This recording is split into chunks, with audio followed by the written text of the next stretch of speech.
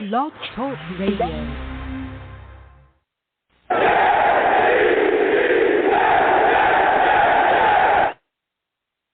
What's going on, folks? It's your boy Long Beach Joe, and I am back at it again. Back at it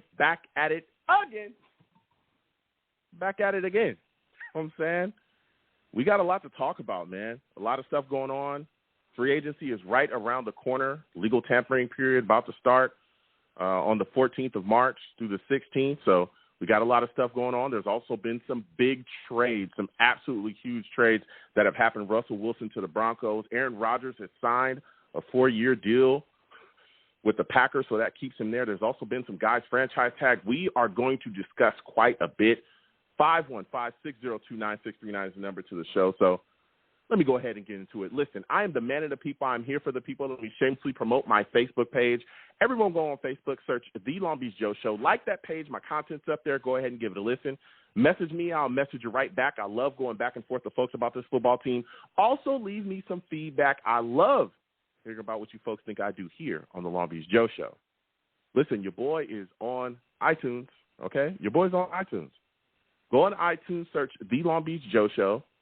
Subscribe to that podcast on there, and please give your boy a 5-star rating. You know what I'm saying? Salute to everybody that does leave comments and says, hey, you know, like the show, great show, but give me more ratings. I need more ratings. I also need to hear from y'all a bit more on there as well. I'm also on social media as well. YoungJ000, that is the Twitter. My other Twitter for the show is at The Long Beach Joe. You know what I'm saying? Again, if you go to my Facebook page or any of my social medias, my link tree is there. You'll be able to check out all of my social media. I also have a Discord in that link tree too. Please go to that link tree and join my Discord. All right? Salute to everybody in the Discord. Salute to everybody that stops by. I'm also on YouTube as well. For those of you that do not know, I live stream the radio show. We have a lot of fun. So if you want to come on by YouTube, go to YouTube, search The Long Beach Joe Show. Subscribe to that. Turn on your notifications as well. Hit that bell that turns on that notifications. So when I post content, y'all be in the know. You know what I'm saying? Come see your boy's face. I'm handsome. I'm just saying, can we keep it real? Can we do that? You know what I'm saying? I've been told a lot in my lifetime. You know what I'm saying? So salutes to everybody that is checking that out while we're live streaming here. And salutes to everybody on Blog Talk Radio as well. Long Beach Joe Show on Blog Talk Radio too. We have a lot of fun, man. We have a lot of fun. So we're going to get into it. We got a lot going on in the NFL today. It's crazy. Again, with free agency right around the corner, there's been a lot of things shaking and moving. First thing that hit us Monday was the NFL coming out saying that they've suspended Calvin Ridley for a year. He gets a year suspension for being busted for gambling on NFL games. You know, it was announced again Monday that, you know, through like a 5-day stretch in 2021, you know, he was on a non-injury football list, and he was gambling during those times through a mobile device that he had. He placed a bunch of parlay bets, multi-legged parlay bets, and it involved, you know, some games that actually involved the Falcons as well. So things, you know, the NFL did not like that, and the NFL learned about this through its relationships with legal sports betting industry. So they learned about it through their relationships, you know, with some people in the industry. Ridley came out, made some tweets that he only bet $1,500 total and that he doesn't have a gambling problem. But the reason why we're mentioning this is because this was a guy that the New York Jets, or at least New York Jets fans, were very heavily interested in. They wanted to make trades for this guy. They wanted to go after him, wanted to get him, and here he is. Now he's got a year suspension. So let's see what's happening with him going forward, but that's not good. Then the other big news that comes out today, as we continue to swing on, Aaron Rodgers agrees to a 4-year deal with the Packers, worth $200 million, $153 million guaranteed, making him the highest paid player ever in the history of the NFL. The reason why this is important, signing that deal for him, is because, hey, it affects the QB market. That number 10 pick, a lot of people have been talking about trading that 10th pick in the draft to a hungry QB team. A team that needs a QB. Washington, Steelers, there's been talks about the Eagles. There's been talks about the Saints as well, possibly moving up looking for QBs. A lot of stuff going on there. Then we get to the big trade that swings about as well. Boy, oh boy, Russell Wilson gets traded by the Seahawks to the Broncos. Man, let me tell you something. That came out of nowhere. The Broncos traded Drew Lock, tight end Noah Fant, and a defensive lineman, Shelby Harris, and 5 picks, 2 firsts, 2 seconds, and a 5th to the Seahawks. Seattle sent Russell Wilson and a 4th round back to Denver. That's huge, man.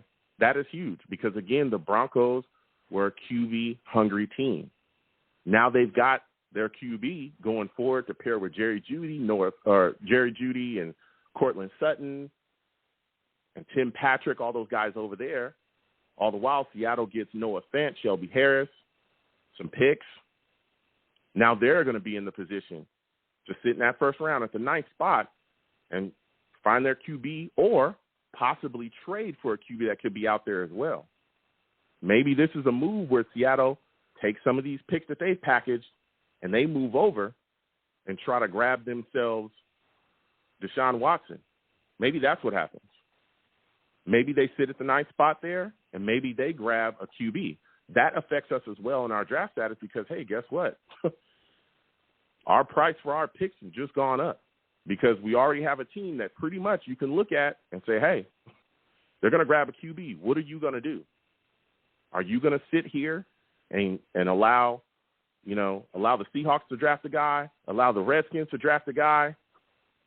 Who are you gonna be left with at a QB spot? Are you okay with getting that 3rd best QB, or maybe 4th best QB because 4th best QB because again, other teams could jump you? That's looking directly at the Steelers. I'm telling you, price just went up. So we're going to be talking about that as well tonight. That was a huge trade. Also, you're looking at the safety position for the New York Jets. Lots of questions there, man. LaMarcus Joyner, he's walking into free agency. That was a guy that got injured at the beginning of the season, tore his triceps. You got to wonder if the New York Jets would be interested in bringing him back or not.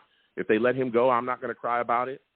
You got to worry about Ashton Davis. If you can't depend on Ashton Davis going forward, there's a lot of questions about what you got going on here because he has shown flashes, but not enough. It's been very up and down with Ashton Davis. But I think the biggest question for us going into free agency is Marcus Maye. I want to hear from people tonight. Do you want to bring Marcus Maye back? Is he a guy that you want to re-sign? Again, we got to remember Marcus Maye has been here for quite a bit. When things were going crazy with Jamal Adams and he was going off his rocker, Marcus Maye was going out there and playing on a weekly basis and held it down. He looked very good out there. Very good out there. We've seen him be versatile. He can do so many different things. He can play in the box. He can play outside the box. His coverage is amazing. He's always near the top of the league in coverage ratings. But he also ruptured his Achilles last season. You got to wonder. He's 28, coming off a ruptured Achilles. Health is a big question for him. You also got to wonder as well, he got a surprise DUI. we got a surprise last year. DUI, Marcus Maye. Mind you, the DUI had been for months prior. Apparently, it was never properly reported to the NFL. It was also never properly reported to the Jets because everybody was surprised that it happened. So you got to wonder, character questions. Can you trust to give Marcus Maye some money? Because if he's doing this before the money, what will he do after the money? Those are just questions out there. And I love Marcus Maye. I think he's phenomenal. I was one of the guys that stood for him, still standing for him. I talked about how he was a better safety than Jamal Adams when Jamal Adams was here. And boy, did I take some guff for that. But as we continue down the road with Jamal, we're starting to see old Jamal ain't who some people thought he was, huh?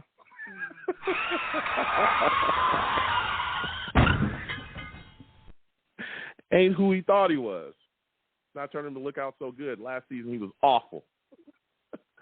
So we're going to be talking about that tonight as well. Is Marcus Maye a free agent that the New York Jets should bring back? Is he a guy that we should re-sign? We're also going to be talking about Braxton Berrios. I know a lot of people that are willing to move on from Braxton Barrios, and they're acting like, hey, he's just kind of expendable. We should move on. But I'll tell you what, Jamison Crowder, he's walking into free agency. Keelan Cole, he's walking into free agency as well. You know, the two basic threats that we have here is Corey Davis and Elijah Moore. After that, it's a lot of question marks. I don't want to talk about Denzel Mims because he didn't do nothing this season. Nothing. Even when we were down multiple wide receivers, we saw nothing from Denzel Mims. And I love Denzel Mims. We had guys come off of the bench after getting picked up like a week before and be able to play and put together, some more stats or get more targets than Denzel Mims did, and he was here the entire year? Big questions there. Big questions. And also Braxton Berrios, all-pro kick returner. I'm just saying, big-time special teams guy. Had a great year for us kick returning. Do you really want to give that away? Do you really want to let that walk into free agency and sign off with another team? We haven't had anybody like that since Roberts.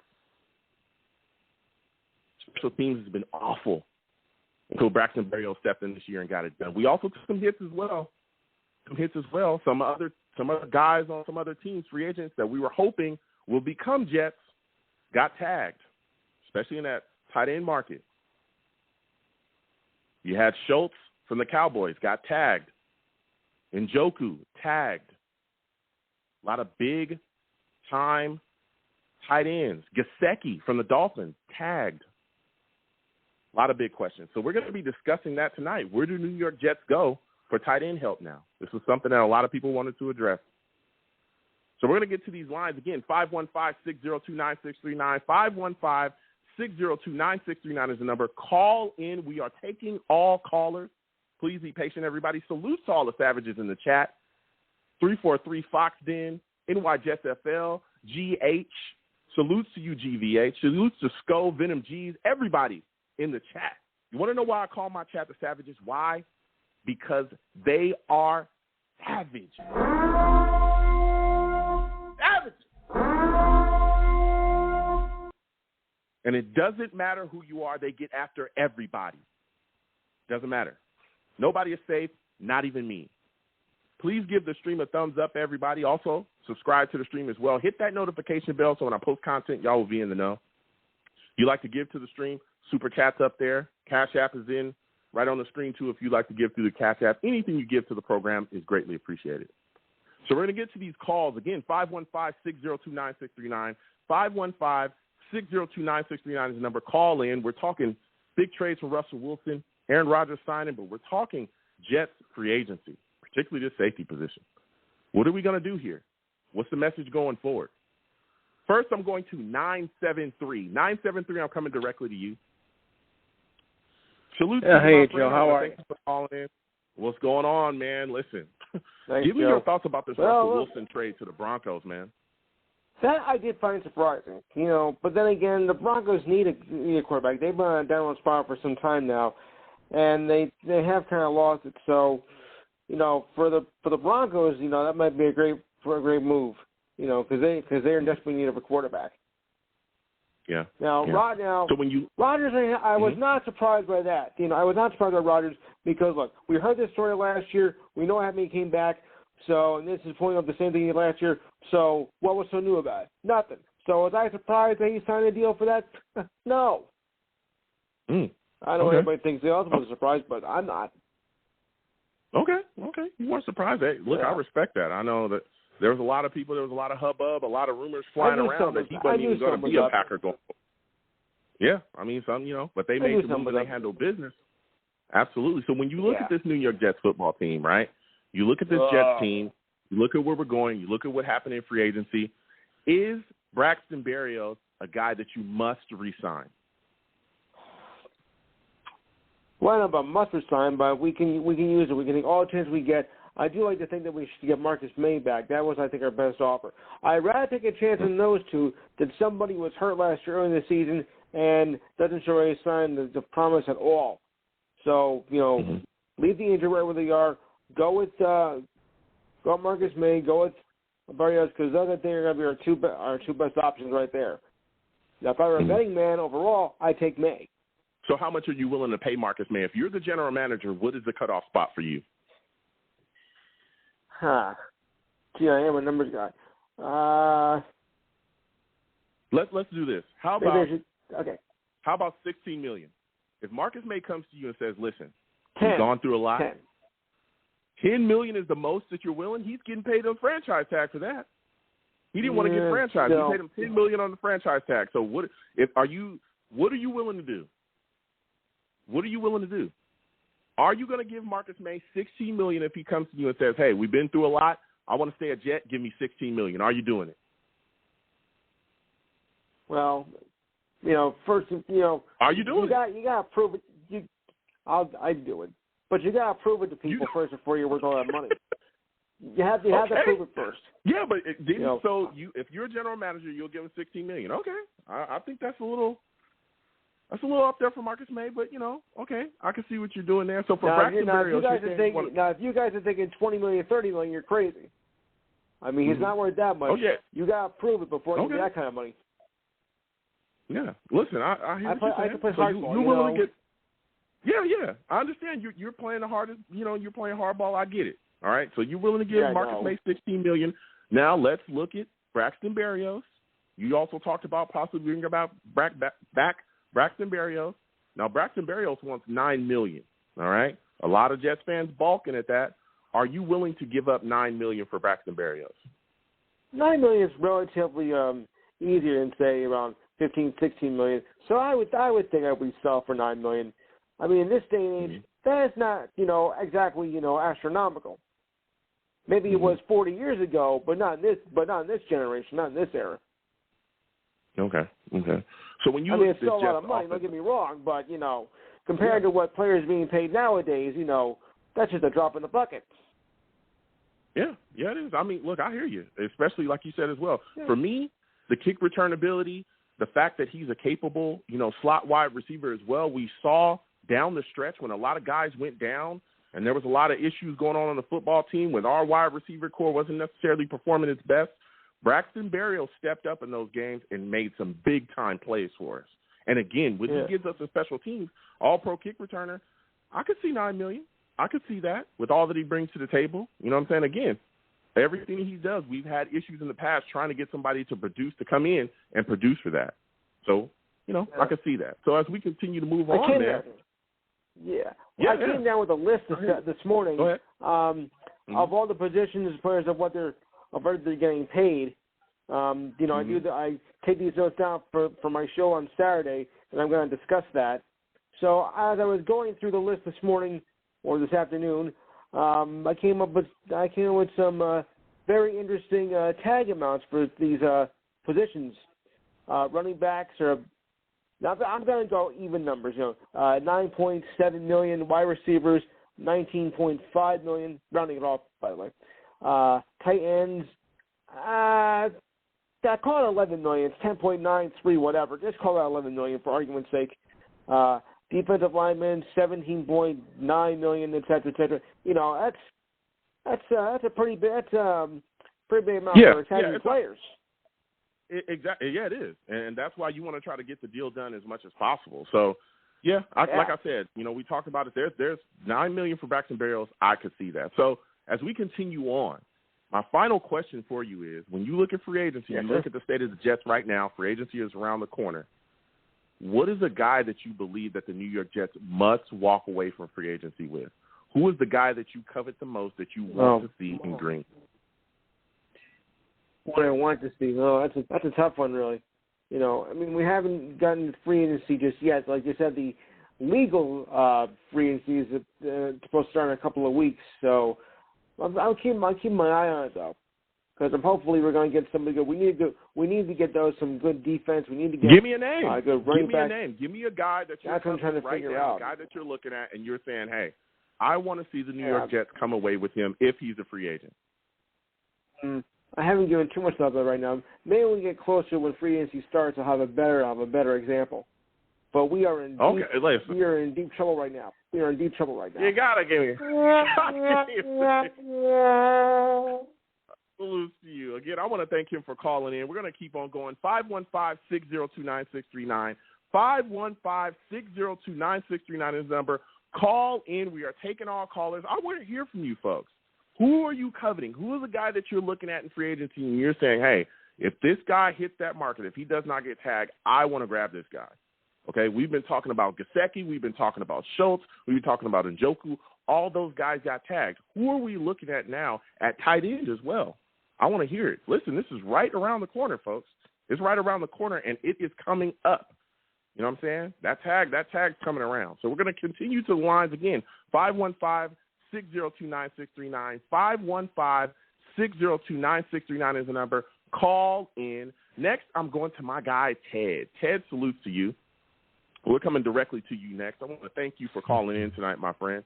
Listen, there's a lot going on in the NFL right now. Give me your thoughts on this Russell Wilson trade to the Broncos, man. Hey, Joe. Ted, I'm NY Jets Florida in the blog. How you doing tonight? Oh, hold on a second. Listen, first and foremost, let's talk about NY Jets FL. This man is a straight savage, okay? He's a savage. Thank you, Joe. Salutes to you, NY. So, listen, man, give me your thoughts on this trade, man. How'd you feel about it? I think I put it in the blog that I think kind of gave away a lot. I mean, I think Seattle got a great deal on it, maximized the trade. They got players. They got tight end. They got defensive player. Got massive draft capital. Has won one. I think he won one. Then threw the pick on the goal line. I think he should have won two. But I think they gave away a lot for a 30-year-old quarterback. And he didn't look great last year, but I mean he's still talented, and maybe with a new change of scenery and with those kind of wide receivers they have like Cortland Sutton and those guys, Jerry Jr., I probably could throw to them and have success on a good day. Yeah. On a good day. Listen, well, I'll tell you what. Look, Russell, he's still one of the better quarterbacks in the league, and quarterbacks we all know, this is the most important position in the NFL, and we know that it pays the cost to be the boss there. You trade up for a quarterback, you're going to pay out your nose. You trade for a quarterback, you're going to pay out your nose. Paying a quarterback that works out for you, you're going to pay out your nose. So it is what it is, especially when you trade for one of the best. But to me, that really sets us up for success as well, because I feel like that number 10 pick gains value. Give me your thoughts on that. Do you think that the fact that the Broncos or the Seahawks are now ahead of us, does that really put kind of the fear in teams? Will we be able to utilize that fear to have teams trade up, thinking that they're in danger of possibly losing out on a quarterback that they would want? Well, that's what I put in the notes there on your YouTube was if they like somebody like Willis, Seattle, if they can't trade for Deshaun, which I'm not sure they really want Deshaun because of his, he might have baggage even if everything is settled. I'm not sure if they really want to go there. I propose they trade for DK Metcalf. So the number 9 pick that they just acquired, Seattle, from Denver, and Metcalf for our number 4 and our number 69, which is a third rounder. And that actually comes out to like equal value on the trade chart. I tried to match that up a little bit. So DK Metcalf and number 9 for our number 4 and number 69, which I would really consider. So number 10, we could have 9 and 10. And then I can get my boy Kyle Hamilton, because why would I want? Oh my God. Joe? Why would I want Marcus Maye, Joe? Why would I want Marcus Maye at $16 million when I can sign an edge rusher and draft Kyle Hamilton, who is way younger and probably more? I mean, his upside is tremendous. Then you take him, and you can. I put in the notes too. Darius Smith might be released, and he played with Mosley, and also Agba from the Dolphins, but I hear he may go back. He's an edge rusher. Yeah. Well, I hear your trade proposal there, and that's interesting. I mean, DK, that is high value. He's a guy that a lot of people are talking about, to give up a mid-first round pick for. There's been a lot of discussions about him being traded, but I don't know if Hamilton would be there at 9. I don't know about that.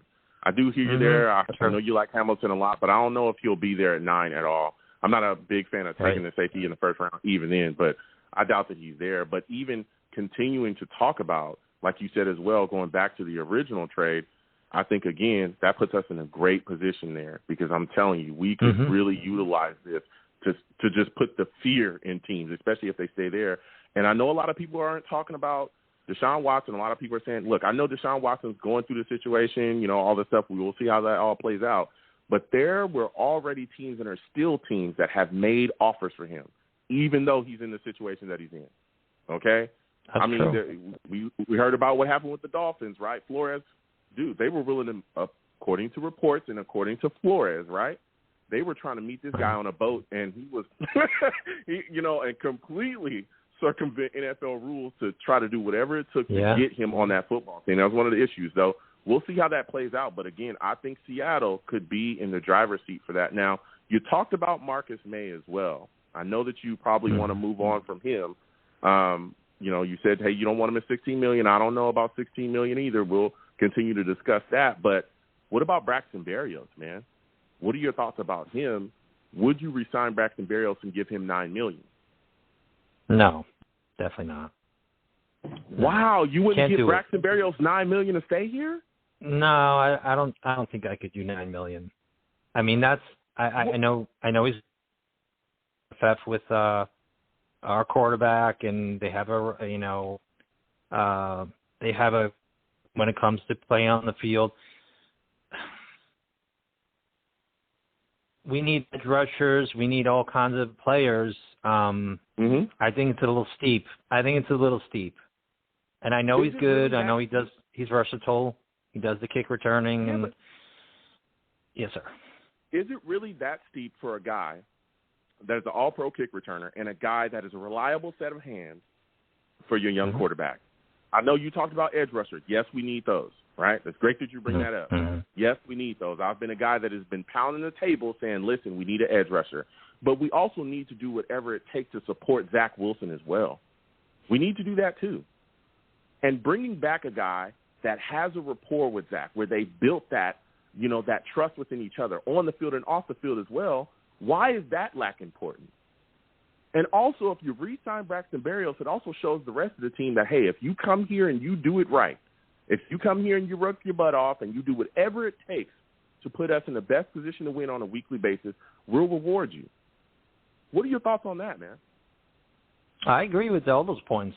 And that's what they did with Myers. But I just don't feel that $9 million is his value. I mean, I could see a contender paying him more. Maybe that's the piece that they need to, add to their team to bring them to, the next level. There's so many other pieces that we need, and $9 million to me, I would rather go through the draft, and unless he wants to do $6 or $7 million, he can probably do endorsements and make the $9 million up, make the $3 million up. Yeah, but are you really willing to let him slip away for a measly $2 to $3 million? We did that with Robbie, and people have been screaming ever since Robbie left. You're only about $2 million away, $2 to $3 million away. Why not give him the $9 million and move forward with him? That's I guess my maybe if push came to shove, maybe. But on paper, when I see it, it's steep. It's steep for that kind of player. But maybe after the $200 million they gave Rodgers, well, they didn't really give him $200 million. Now he's saying no. I'm hearing that he got $200 million, and now he's saying, oh no, I didn't take that deal. So I don't know what's going on with that whole thing. But I understand your point. Yeah. I just, on paper, and I know it's hard to say on paper as a business decision, $9 million is kind of steep. But I mean, if they have to pay it, I guess they do. And Robbie was the number 2 anyway. So I'm not sure I wanted to pay him that kind of top dollar. So. Yeah. So when you look at, and again, you've been bringing the fire so far. When you look at the New York Jets right now, a lot of guys that we were coveting are getting tagged, right? We've seen Gesicki get tagged. We've seen Schultz get tagged. We've seen Njoku get tagged. A lot of people wanted to address the tight end position with one of those guys. When you look at this position now, where do the New York Jets go for a tight end in your mind? Is there a guy that's on the free agency market that you covered? Are you a Zach Ertz guy? Are you who exactly are you looking for now where you're saying, you know what, those guys are gone, but I can bring this guy in? I could see us going for like a Ruckert. He's a Long Island guy, and maybe he played at Ohio State, and he really wasn't utilized too much, but he I think he'd be a decent tight end. I don't think we have to. I never thought we could get a Dalton Schultz anyway, and I think that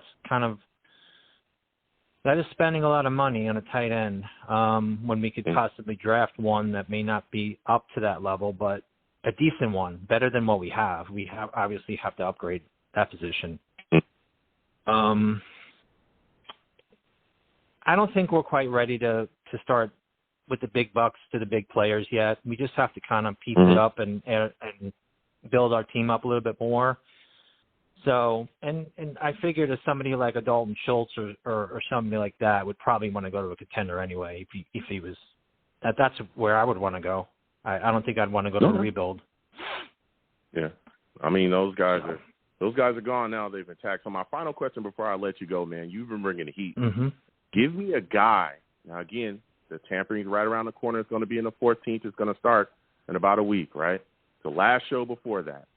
Give me a guy that you covet right now that's walking into free agency that you're saying, if the Jets come away with this one guy, this is the guy that I want. Who's the guy that you covet the most right now in free agency that isn't tagged? Okay. I think I would – this would be my best scenario. Darius Smith from the Packers, linebacker edge, and he played with Mosley at Baltimore for I'm not sure how many years, but he might be a cap casualty. So if there's no trading, we stay at 4.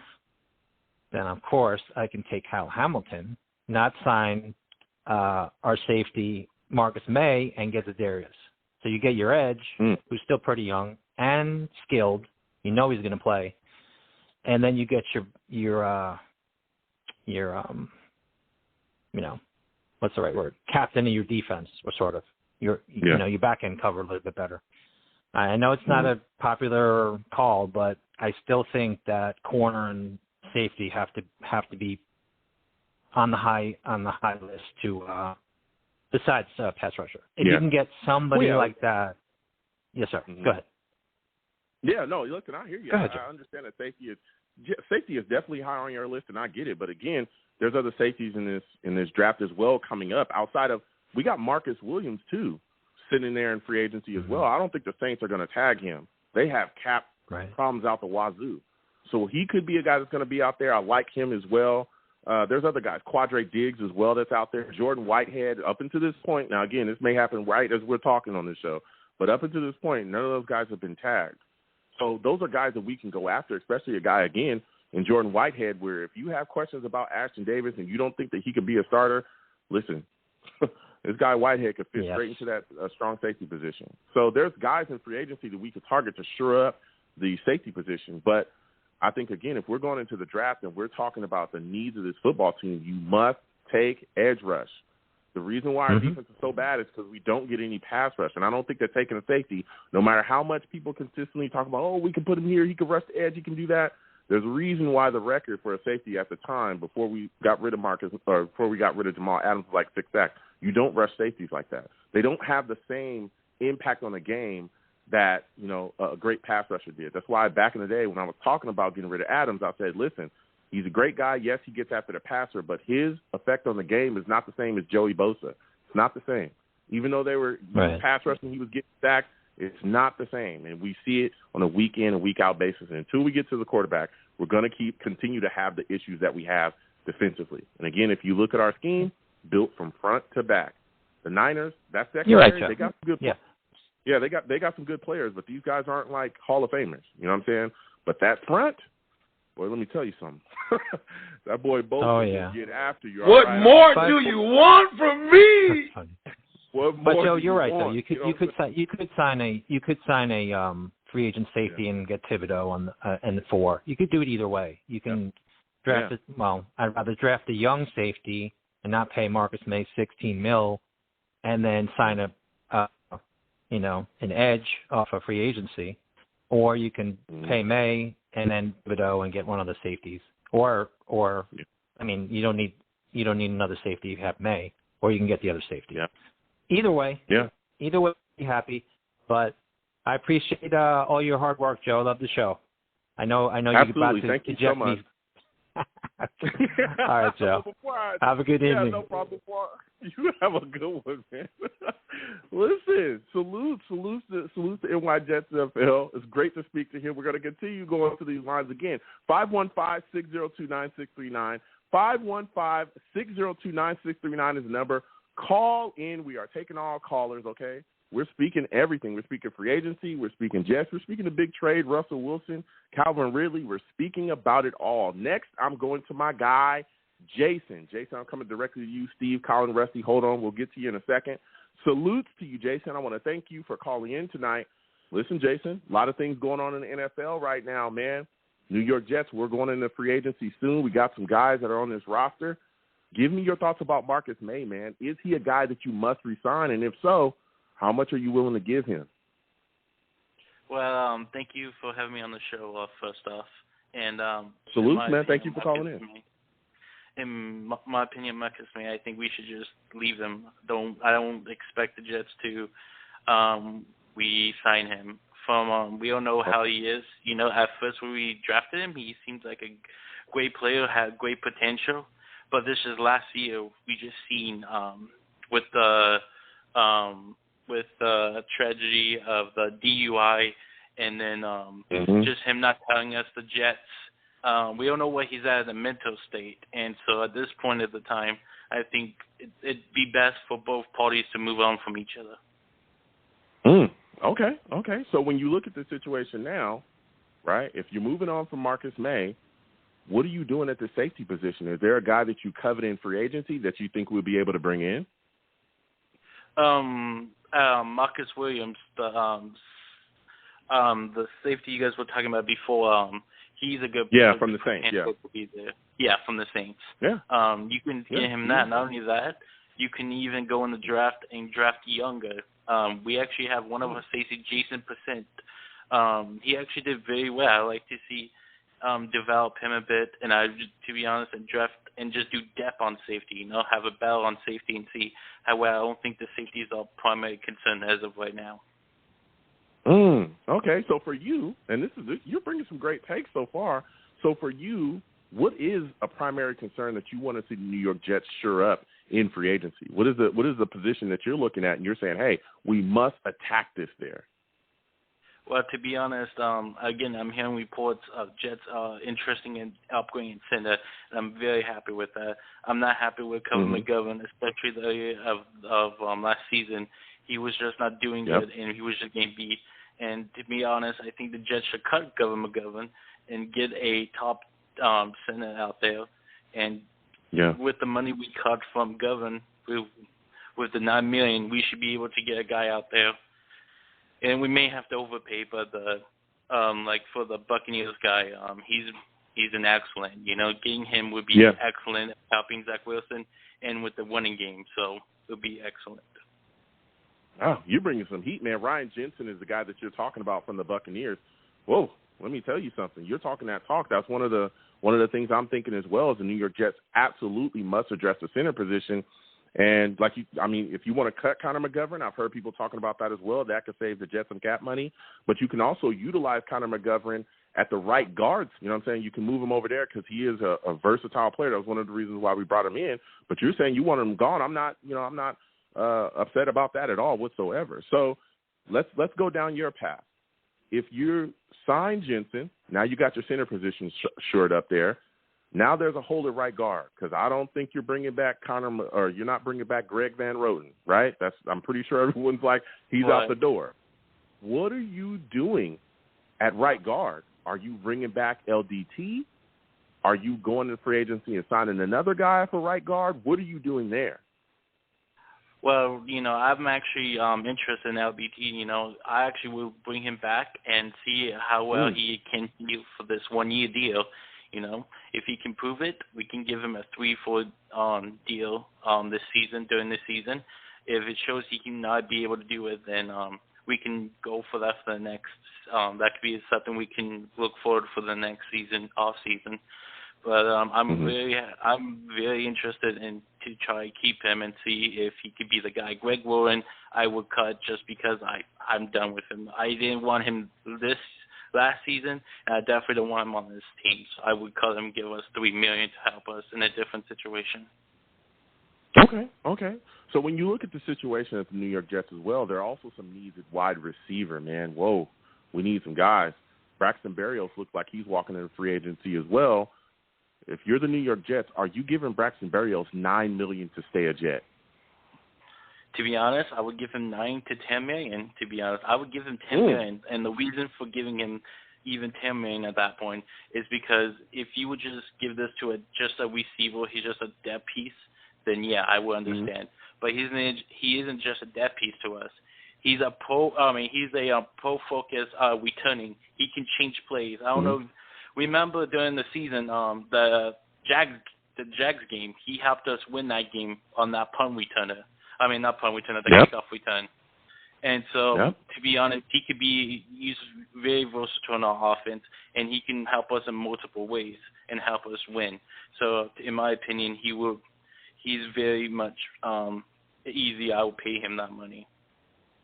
Okay, yeah. Listen, I've been talking about it, and at first I was like, $9 million, Braxton? I don't know. But let me tell you something. The more you think about it, the more you think about his returning ability, the more you think about some of the things that we did at slot with him there, it's like $9 million, I mean, it's not a big deal, especially when you look at what some of these wide receivers are going to get. He's a slot guy, works in our special teams too. Why not? You know what I'm saying? Not a big deal for me. And again, a lot of people, exactly. And he produced. A lot of people saying, hey, we only want to give him $7 million, maybe $6 million. Dude, that's like, $2-3 million. Why let him walk away for that? Why not keep the guy? And he was healthy as well. There was a lot of injuries amongst our wide receiver core. He was a healthy guy. He was out there, helping out when things were going awry. Braxton Barrios was a guy that Zach Wilson could count on. He was getting him the ball. So I respect that take as well. Now, when you look at the New York Jets tight end position, there's some needs there. Gesicki, Schultz, and Njoku all tagged. Where do you think the New York Jets go to solve this tight end position spot now? Is there a guy out there in free agency, maybe a Zach Ertz, a Ebron, or are you willing to just say, hey, screw that, I'm going to the draft?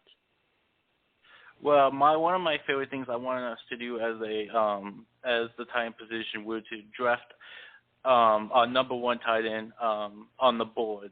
And I think that's very possible with our second round picks. If we may need to move up, we have the draft capital to do that.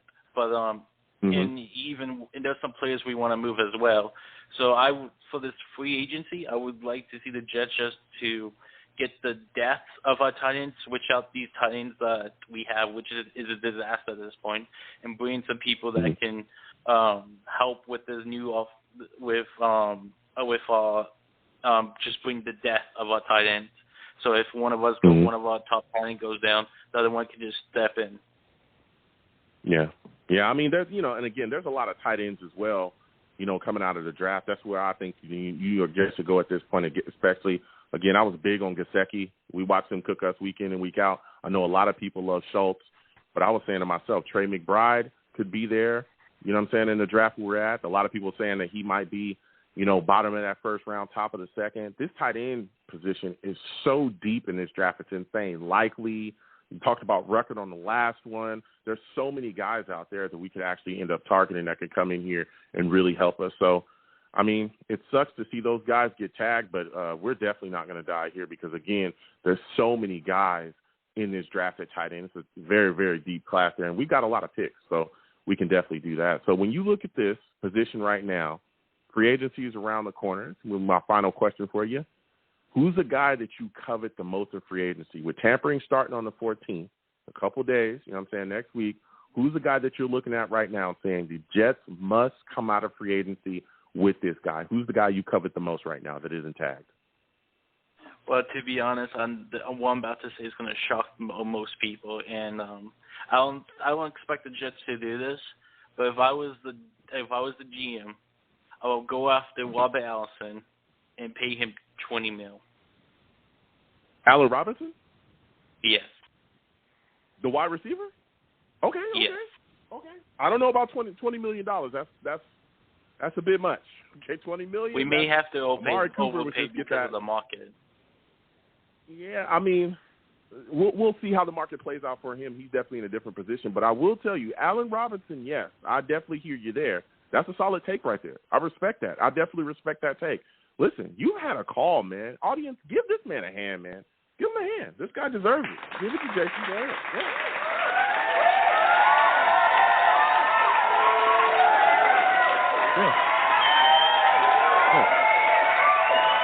Whoa. Not too much. Not too much, guys. All right, we're getting started with this early. Let's not clap too much. I don't pay for that. All right, this guy, he wants to give Allen Robinson $20 million. I ain't got $20 million. All right, I'm not paying y'all that much to clap for that long. Okay, but listen, salutes to you, Jason. I want to thank you for calling in tonight, my friend. Next time I have a show, I want to hear from you. You have some great takes tonight, man. Thank you for having me, and hope our future is bright for this off season. Absolutely, salutes, man.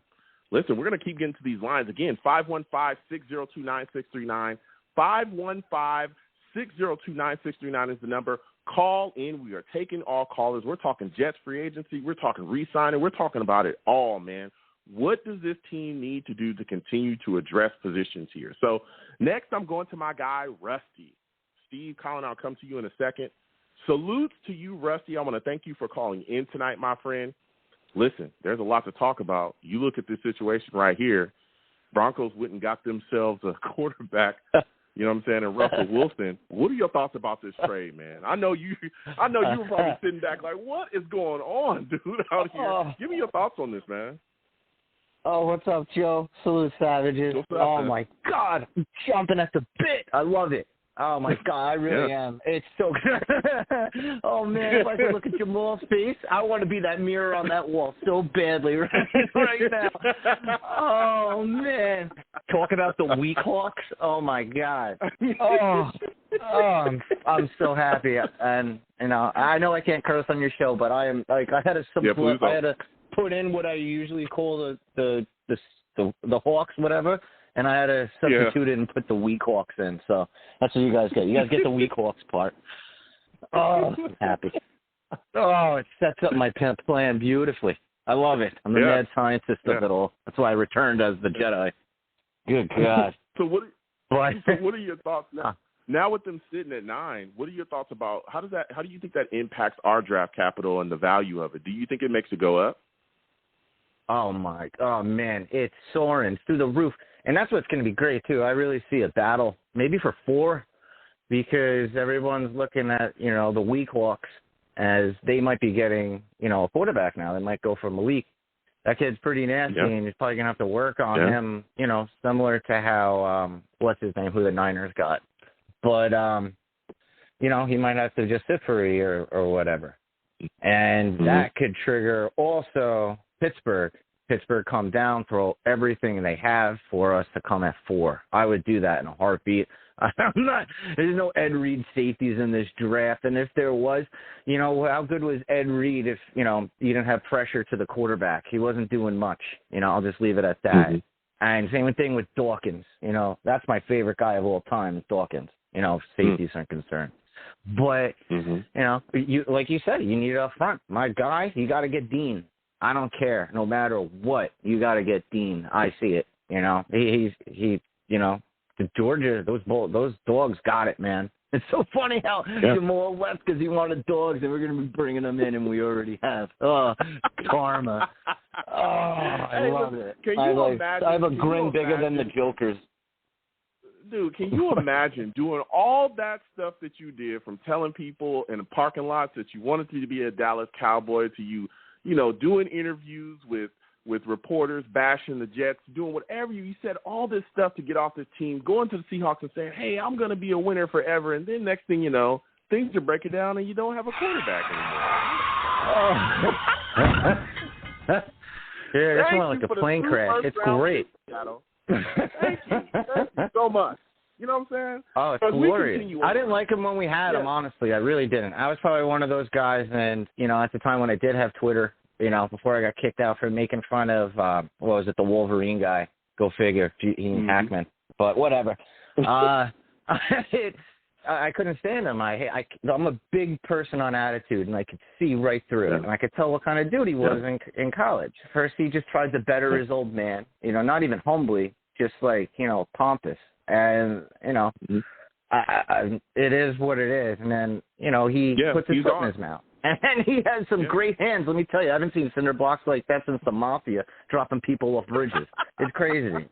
And now he's gone. And so we're looking at the situation now in the New York Jets free agency. And I want to ask you this question, man. There's a lot of talk about guys that we want to get, guys that we want to grab, right? And Joe Douglas has been the guy that's been here. We've seen him let go Robbie. We've seen him be close on guys. I remember we were really close on a big offensive lineman that ended up going back to New England a season ago, and he's been out there. There's been a lot of feelers.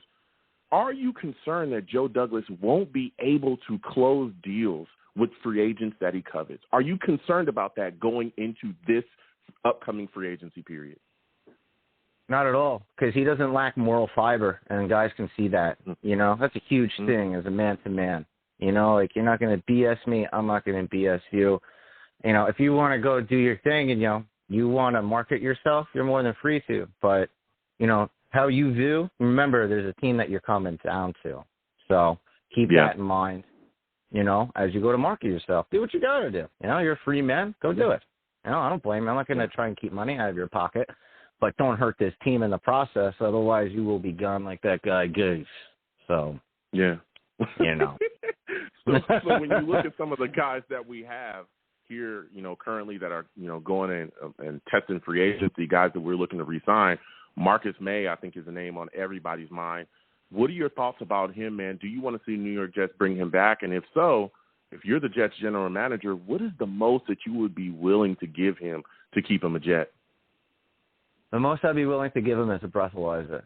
That's it. Like you like honestly, like you sit there and you want to try and like pigeon wing me, strong arm me, do all that type of stuff behind my back, and then try and put your stock up, which good, do it. But you're not going to be telling me about that big freaking monster that's hiding underneath your bed, so much so that he's coming out the closets too. Come on. Yeah. And now you go and blow your Achilles? Have fun with the boot, bro. Honestly, like, I don't know what to tell you. You could have been a man, told me.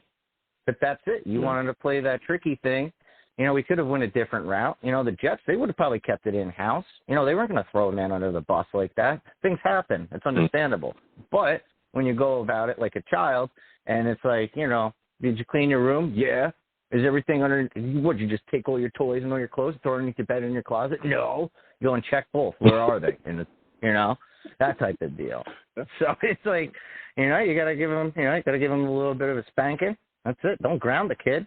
But, show him what the thing is at, and that's it. Don't make the same mistake twice. Fortunately, he did, and he, hit the hand that fed him. See ya. Don't let the gourd split you with his, what's that? So if you're willing, hit you with a door split you, whatever. I messed up. Yeah, I hear you. Listen, I hear you, Rusty. So if you're willing to move on from him, right? You're pushing Marcus Maye out that door. You're saying, hey, he can move on. I get it. Health concerns, character concerns are out. Who are you bringing in to figure out that free safety position? Because without Marcus Maye, now you're walking into the mist with Aston Davis, and that is not a good spot to be in. Yeah, that's no man's land. I'm with you. To figure out this, who are you bringing in? Yeah, who are you bringing in free agency to figure out the safety position? Safety, I'm drafting somebody late. No way am I even no way. First, there's not even a thought. I'm not even thinking safety until like maybe 5th, 4th, around there. Or if we get picks in the 6th, who knows what's going to happen. What about my guy like I would look for? Would you go after I was Marcus just about to say that. Okay. Yeah, and I think he would come. I would go right. That's where I would head for, man. Saints are in Capitol Hell, or in whatever they call it. Whatever. But that's why I would go. And the kid's good. He's smart. He's got his head on his shoulders. And, he can be a ball hawk, too. He doesn't have cinder blocks. It's good. Think on his own when, things go a little haywire. When, a quarterback breaks out, things collapse. It happens. And, he doesn't get flustered in a way. And that's I could tell that, too, because the Saints do have a really good, defensive backfield. They really did. And they got Adabo, who I really wanted last year at corner. I wanted him bad. But, I like how their secondary is. The Aints are, the Aints. I think they're going back to that. But They do have a good secondary, and even when they were the Aints, they always had a good defense, which is weird. When they won, they didn't have a good. Well, yeah, we all know that. But so when you look at the situation, because if you're saying, hey, I'm going to get Marcus Williams to shore up that free safety position, and you're willing to move forward with him and Ashton Davis, which is fine. You're letting Marcus Maye walk away.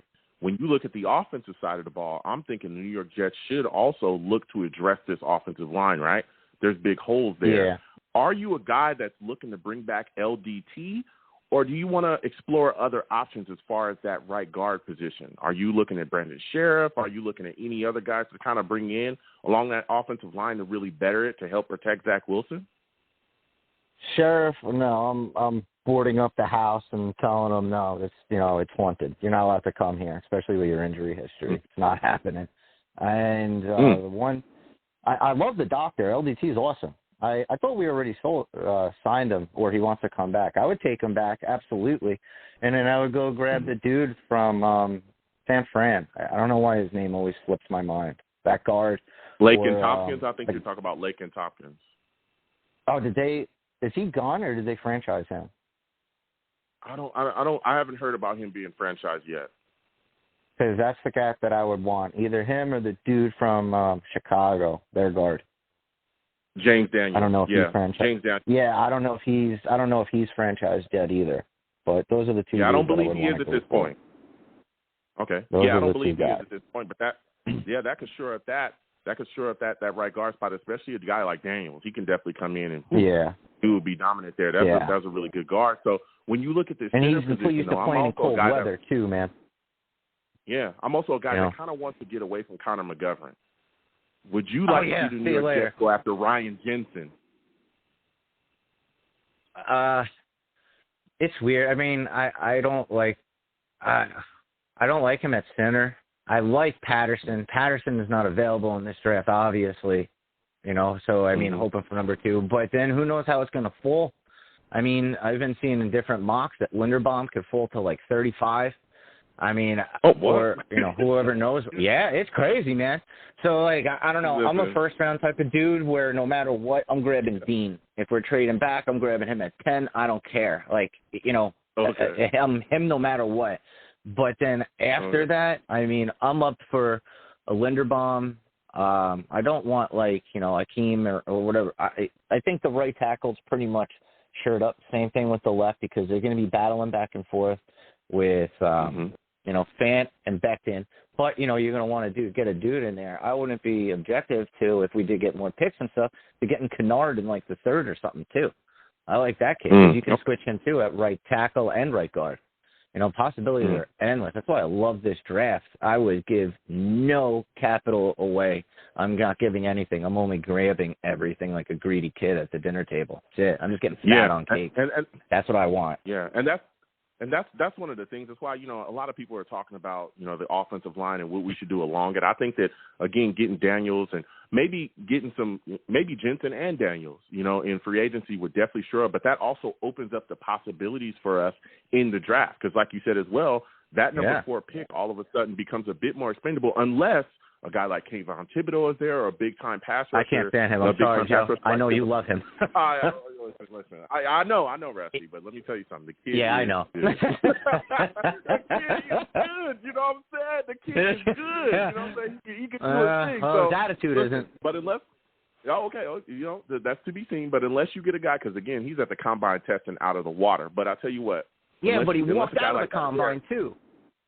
He's going to run on his pro day. Everybody's all upset about that. He's going to do his own. He said that. I'm going to do it on my own pro day. You don't. You know what I'm saying? Yeah, I understand. Here we go. Walk out of a combine. That's go. like me landing like a crazy awesome job from MIT and then just walking into the place and being like, you know what? You guys can see me at MIT and just walking back there. Listen.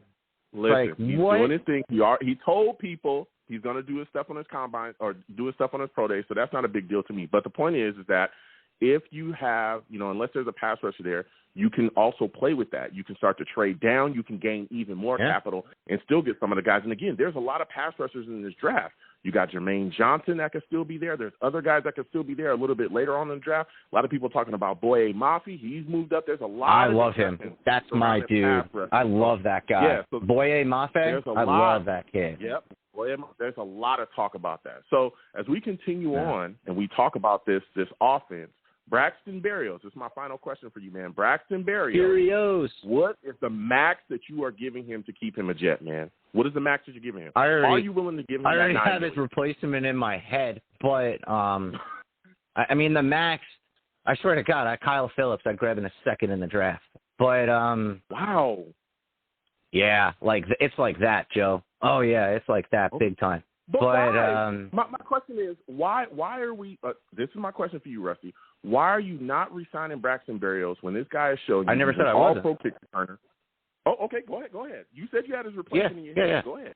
Oh, yeah, I do. Go ahead. But, I mean, I would still grab him regardless. But, I mean, I'd give him $7 million and be like, look, man, I know what you did. I know what you're capable of. But the realistic part of it is you are, third, fourth wide receiver. It is what it is. But there's no denying how valuable you are to us as special teams.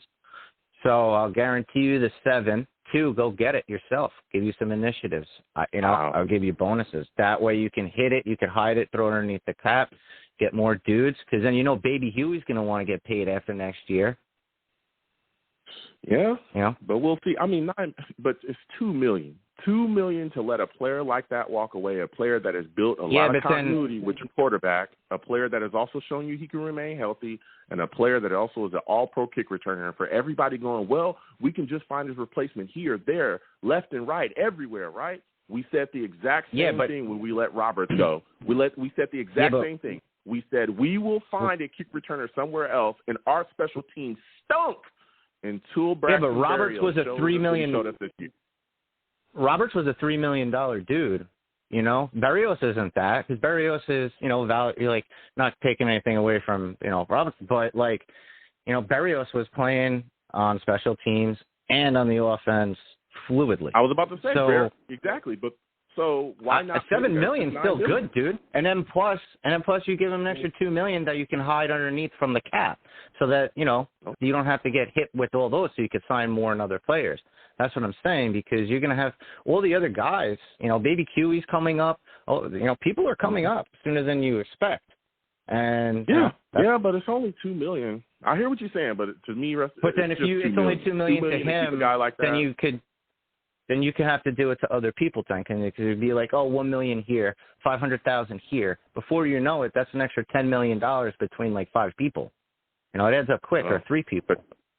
Numbers. Listen, I'll tell you, but it's true. I understand, but it's only. I mean, to me, it's only $2 million. The Jets right now at this point have $48.8 million. Care if there was no cap. Yeah, but we'll see how that goes. So, Rusty, before I let you go, man, give me a guy that you covet. We're going in free agency. It's right around the corner. Legal tampering is coming up, I believe, on the 14th. Give me a guy that you would love to see the New York Jets come away with in free agency. Who's the guy that you covet the most? Free agency? Probably Williams, the kid from the Saints at safety, just to shore that up a little bit. And would I be able to do one quick shout out? Would that be cool, Jeff? Never really did one before. Yeah. Right? Go ahead. Give a shout out to NFL Chaos, with Jeremy. And he would like to invite you onto his podcast too, Joe. He's a Jets guy as well, and just talk everything sports. So I think he's in your chat right now on YouTube. So, yeah, you guys linked up. You guys are awesome, and just make that, gangrene fam just that much bigger. And he's in Cali himself. So. Yeah, okay, awesome. Listen, anytime anyone wants to hit me up, hit me up on social media, let me know, and we can go back and forth and set it up. I love talking Jets football. I love talking football with everybody. So, listen, Rusty, I'm going to have to let you go. Lines are on fire. Salute to you. I want to thank you for calling in, my friend. You have a good one, man. You too. Salute, Joe. Salute to Rusty. I want to thank him for calling in. Rusty brought fire, man. He brought straight fire. Okay? We're going to keep getting to these lines. Again, 515-602-9639. 515-602-9639 is the number. Call in. Again, when you call in, please be patient. We'll get to everybody. Don't call in and hang up. Call in and hang up. My system, I can see you. All right? But the lines are hot tonight. We got callers. Just be patient. We'll listen to everybody's takes, okay? Also, please give that my stream a thumbs up. Subscribe if you have not subscribed, and hit that notification bell so when I post content, you folks will be in the know, all right? And salutes to all the savages in the chat. We're going off. It's time. It's talking free agency. We're talking Jets. We're talking it all right? So next, going to my guy, Colin. Steve, another caller will come to you in a second. Salute to you, Colin. I want to thank you for calling in tonight. Listen, Colin, we are talking Jets right now, free agency. Marcus Maye, guy that's walking into free agency, man. Give me your thoughts about him, and would you bring Marcus Maye back? Would you look to re-sign Marcus Maye? And if so, what is the most that you would give him? Hey, good evening, Joe. Marcus Maye, if we were going to keep him, which I don't want to keep him, but if we had to, I would probably do 12 to 14. That's what I would give him. Okay. But yeah, I'm not really high on bringing him back in any case, because I think you already know, the guy that I would prefer to have on the team is Hamilton. But really quick, because I'm not going to be on long, Joe. But so here's my take on a lot of questions you asked so far. So okay, with the top 4 picks we have, I think the way that we have to address it is if we're not going after Hamilton at 4, because he's not going to be there at 10, then in my opinion we need to go out and sign a safety and pay, we are going to have to overpay for whoever that guy is, and that pretty much goes for, in my opinion, for the free agents that we're going to be signing. If it's the guard, whoever it is that we're going to sign in free agency is probably not going to be a position we're going to address with the first 4 picks. So, in my opinion, try to go out and get, the best free agent guy at whatever position. Why not? Why do you think why that? Not? Because I could see us grabbing an edge in free agency and then drafting edge as well. So I could see us doing that. I could see us grabbing an edge in free agency, a guy like Hassan Reddick, and I could also see us drafting edge at 10 or 4 if it's there. If Kayvon Thibodeau is there. I could see that happening at 10, but at 4, I don't think that will happen, because we still have a guy named Carl Lawson on the team. So yeah, but Carl Lawson, and there's just so many other needs that we have, right? Yeah, but edge is like literally one. But there's still so many like other, literally other 1A, needs. 1B. Yeah, but edge is right. one of the biggest needs on the team. Edge and offensive line is one of the biggest needs on the team, hands down. We haven't had a pass rusher since John Abraham. That was years ago. So when you look at this situation here, if Kayvon Thibodeau is there at 4, you're taking edge. I could see us again. If we don't take edge at 4, we take somebody else. I could see us taking edge at 10 if Jermaine Johnson is there. So we could definitely sign an edge. My first priority is Hassan Reddick and also draft edge too. Yeah, I would definitely take the edge at 4. All right, so if Thibodeau is there, obviously Hutchinson will be there. I have no issues taking the edge at 4. If Thibodeau and Hutchinson is not there at 4, then they really need to put on the thinking cap and decide what they're going to do next with that pick. But like I say, if some positions are addressed in free agency, like if they address the guard position in free agency, and we're able to go out and get like a really top free agent guard, then I don't think we need to address the guard position in the first 4 picks in the draft. Yeah. Because there's just so many other needs that we have. Mm-hmm. Yeah. So yeah, I think we don't need like 4 guards. We only need 1. Go ahead. Right.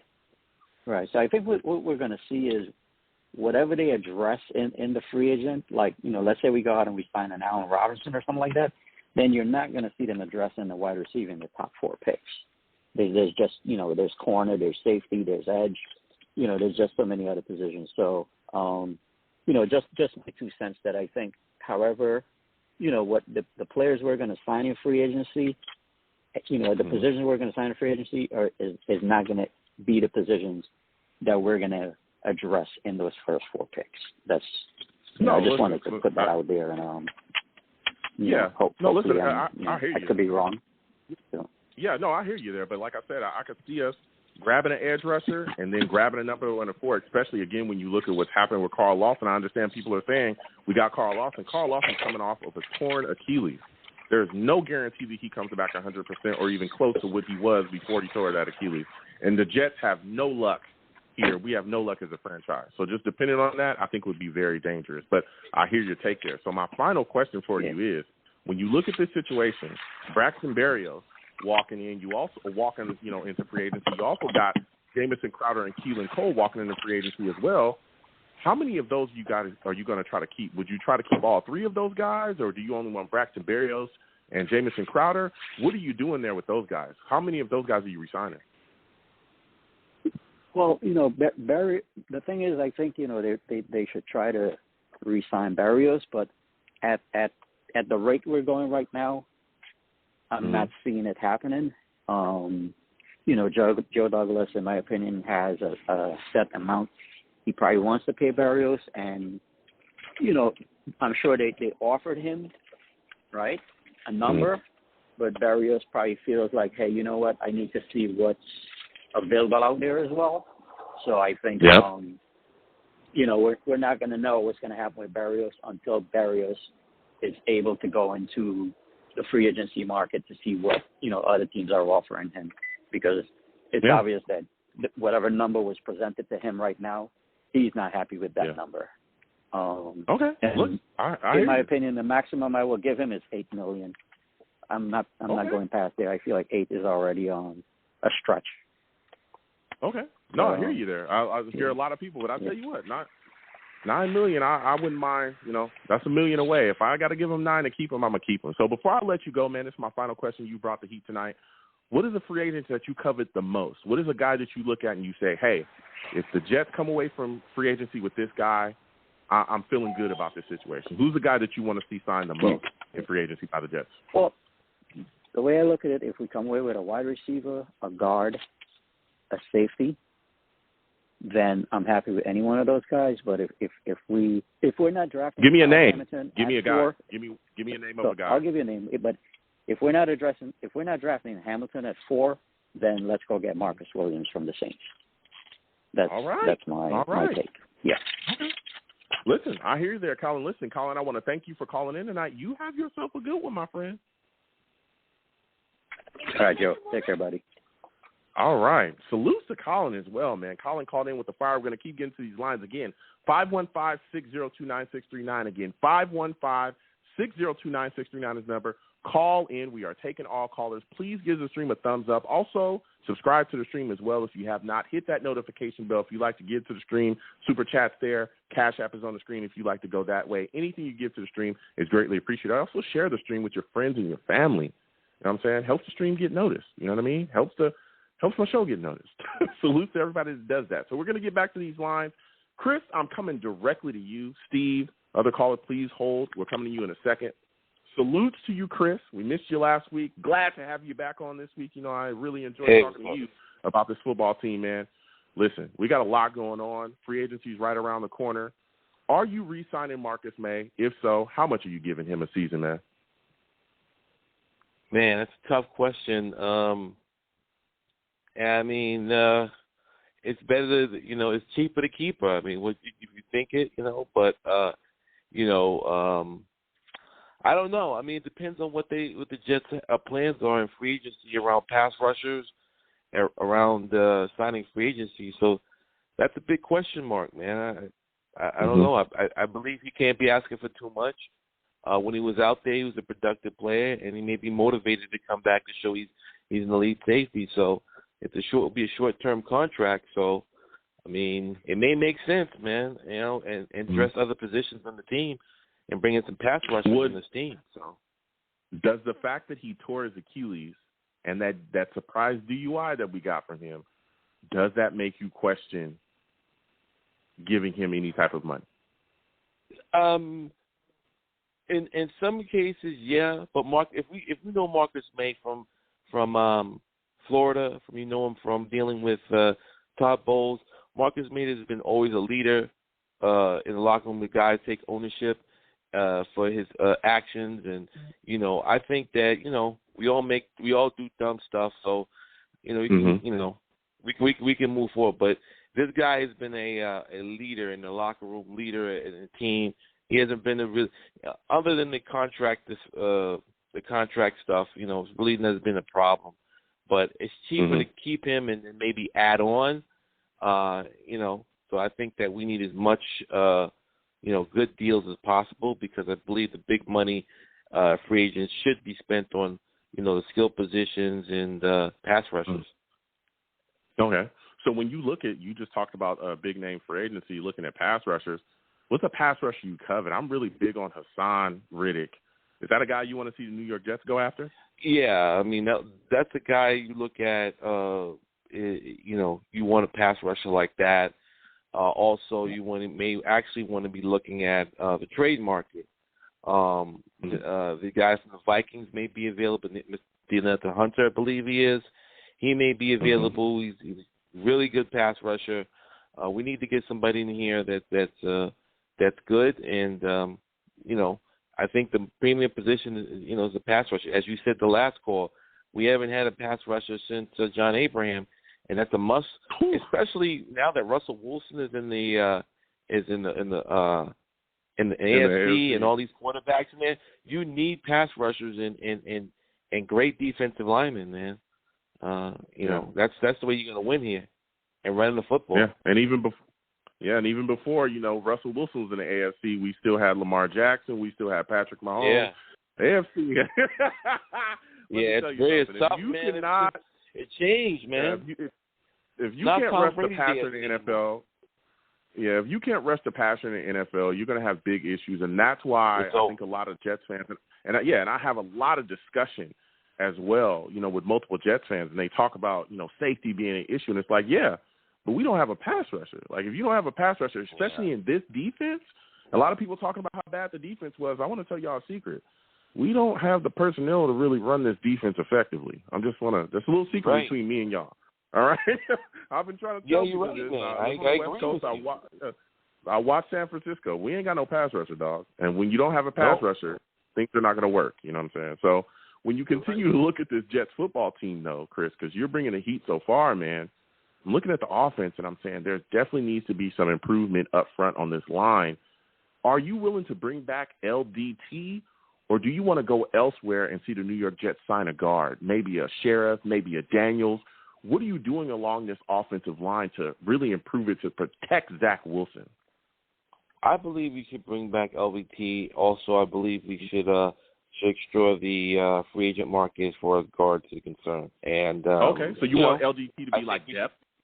Yeah, because everyone wants to draft offensive linemen, and usually offensive linemen are good offensive linemen are good offensive linemen. It's a mixture of young guys and veterans, at the same time. So, I think that it's good. And let me just tell you something, man.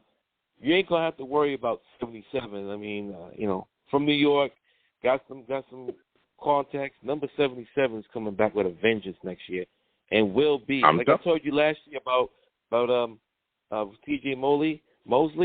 Number 77 is going to be the offensive MVP of the team, without a doubt. Mark it down on this show. So give me this. There's been a lot of hate. You talking about, Becton. There's been a lot of hate, man. I remember watching the video of him at the gym and reading the comments under, and there were Jets fans bashing him, calling him, a fat kid and all this other stuff. What are your thoughts on some of the hate that Becton gets from this fan base? Go ahead, y'all, let me know. I mean, y'all Jet fans, man, y'all got to understand that this is, some people take this seriously, man. And, it's not like, I guess people just punch the clock and people just say things or have comments and don't think this is serious. Mekhi Becton is serious about football, man. I'm just going to I mean, dead serious about football, man. And it's dangerous as heck. I feel like I want to draft Kayvon Thibodeau, bring him in here. Anybody, I pray for anybody going against that man next year. Pray for him because that man is on some next level stuff, man. Y'all really don't have any idea what y'all doing, man. Y'all, that man is. I'm telling you. And what I told you last year about C.J. Mosley, I'm telling you, the offensive MVP of the New York Jets next year will be Mekhi Becton.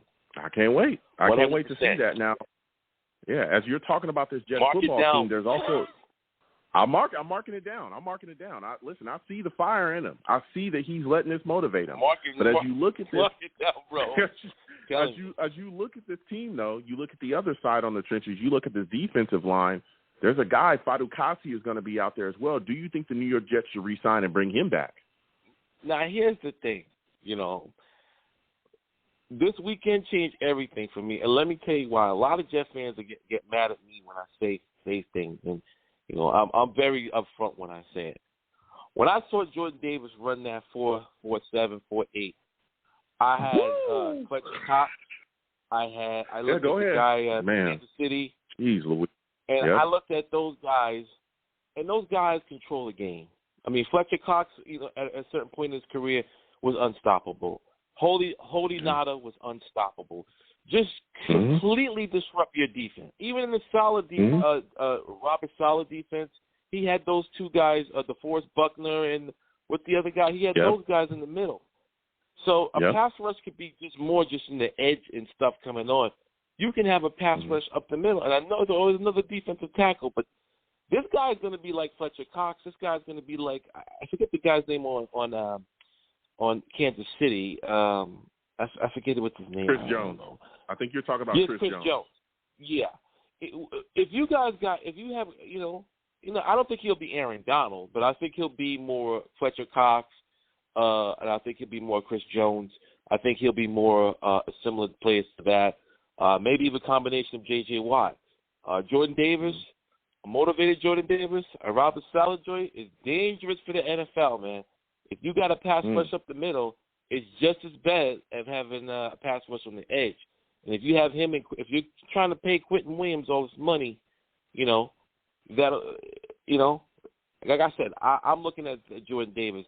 If I had a choice, I'd draft him and I let Takashi go, and I use the money to bring in like Darius from Green Bay as a pass rusher because he's very familiar with T.J. Mosley, and I would still draft a pass rusher at number 10.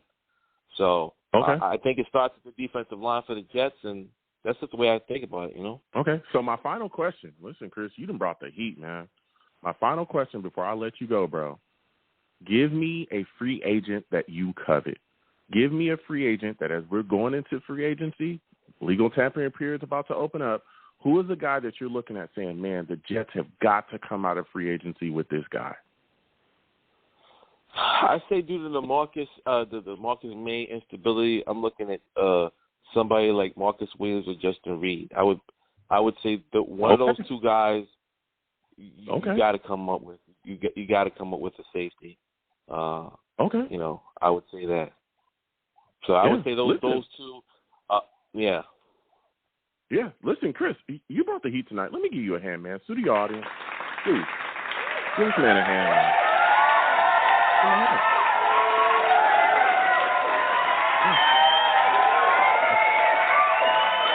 I done told y'all about that.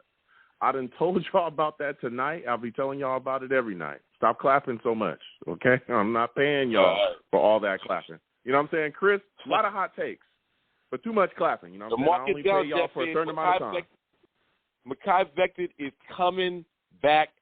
I'm telling you, mark it down on Long Beach Joe Show. He's coming back. Vengeance. Absolutely.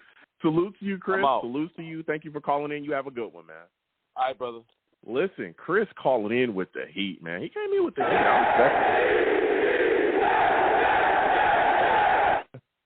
I respect him, man. We're going to keep getting to these lines. Again, 515-602-9639. 515-602-9639 is the number. Call in. We are taking all callers. Please be patient when you call in. We will get to everybody. Lines are hot, but we'll get to everybody. So next, I'm going to my guy, Steve. Steve, I'm coming directly to you. Next caller, please hold on. Steve, salute to you. I want to thank you for calling in tonight, Steve. Let me tell you, there's been a lot going on in the NFL, man. Give me your thoughts about this trade for Russell Wilson to the Broncos, man. How are you feeling about that? Hey, Joe. Well, first of all, thank you so much for having me on your show again tonight, man. It's always great. It's always great to hear from you. But let me just tell you something. See, this actually was happening almost I think either last season in 2021 or even before the 2020 season began, Russell Wilson went to the Seahawks organization. And remember how he said in some of his interviews how he wasn't really happy with the organization for the last couple of years. I mean, listen, he had good wide receivers and he had a good tight end. But the reason why the Seahawks offense was not very good was because they didn't have a running back for him and they had no offensive line. I mean, Russell Wilson was running for his life every single game. And what happened was Wilson hadn't been happy with the Seahawks organization. And what happened was there were rumors around that Russell Wilson was going to be getting traded for the last couple of years. And then, behold, it finally happened today. Let me just say this right now. For him to go to the Denver Broncos, I mean, listen, I don't know how he will pan out in Denver because, you know, he's going to be working, you know, with new names now. He's going to be working with a new coaching system. He's going to have a new head coach. I mean, Denver's a team that's got a new head coach. They're going to have a new type of system this upcoming year. I mean, listen, Denver in the past has not really been that successful the last few years when it has come to them drafting quarterbacks. But, you know, we're going to see what Russell Wilson does. I mean, listen, I was on my lunch break. When I was on my lunch today at work, I when I saw the update, I was like, oh, my God, I can't believe that this happened.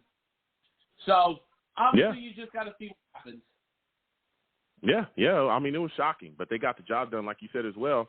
Russell Wilson has been running for his life in Seattle for quite a bit. You know, there's been some issues there, especially with their offensive line. I remember he played us one year, had a knee injury due to the bad play of our offensive line. He still torched us, man. He still torched us. So now he's with the Broncos, and we're going to see him paired with Jerry Jeudy. We're going to see him. We're going to see him paired with Jerry Jeudy and Tim Patrick and Cortland Sutton and all those guys, you know, over there. So salute to him. And again, Seattle gets their picks as well, and their player Noah Fant and those guys. So they got some capital back as well. But now, if you look at the New York Jets, Steve, we're looking at this situation. We're trying to better our offense as well. What are your thoughts about this offense? What are your thoughts about some of the guys going into free agency? Who's a must-resign for you? Is Jamison Crowder a must-resign? Keelan Cole, Braxton Berrios? Out of those guys, who's the guys that you're like, man, we got to bring this guy back. We got to make sure that he stays in green. You know, I think the player that we got to re-sign back, we got to re-sign Braxton Berrios back. I mean, because, listen, Braxton Berrios, you know, like I said, towards the end of the season, was probably our best player on the team. But, you know, the thing is, though, about Berrios is that, you know, I know he's asking for $9 million per year. I mean, I wouldn't mind it, especially with the cap that we have. And I know there's other things that we also gotta look for too. But at the same time, though, we just gotta see. But I wouldn't mind getting Braxton Berrios back. But the thing is, though, like, because obviously, listen, I don't think Keelan Cole is going to re-sign back, and I don't see the Jets. I already read a report a couple of days ago. They already said that that they're not going to re-sign Jamison Crowder. And listen, I knew in 2021 that it was going to be Jamison Crowder's final year with us, because the thing is, the Jets are moving in a different direction with the younger team. And, you know, last year I just felt that in this offensive system that Crowder was in, you know, he only had 447 yards receiving, 2 touchdowns. He didn't really fit into Mike LaFleur's system. So, honestly, Jamison Crowder is going to go. Yeah, I mean, he will be walking away, but we need to make sure that we shore this up, because if you get rid of Keelan Cole and Jamison Crowder and then you let Berrios walk as well, if we don't get him re-signed, you got some issues, because after that, really the only playmakers you got is Corey Davis and Elijah Moore, and both of those guys are injured quite a bit this year. They missed some time. So going back to what you were talking about, Braxton Berrios, if he's a guy that you want to re-sign, are you giving him that $9 million? Because you're saying he's a must resign. Should you give him that $9 million? No, I would want to give him the $9 million. And the thing is, you know, one thing that Braxton Berrios said, I think he said this a month ago.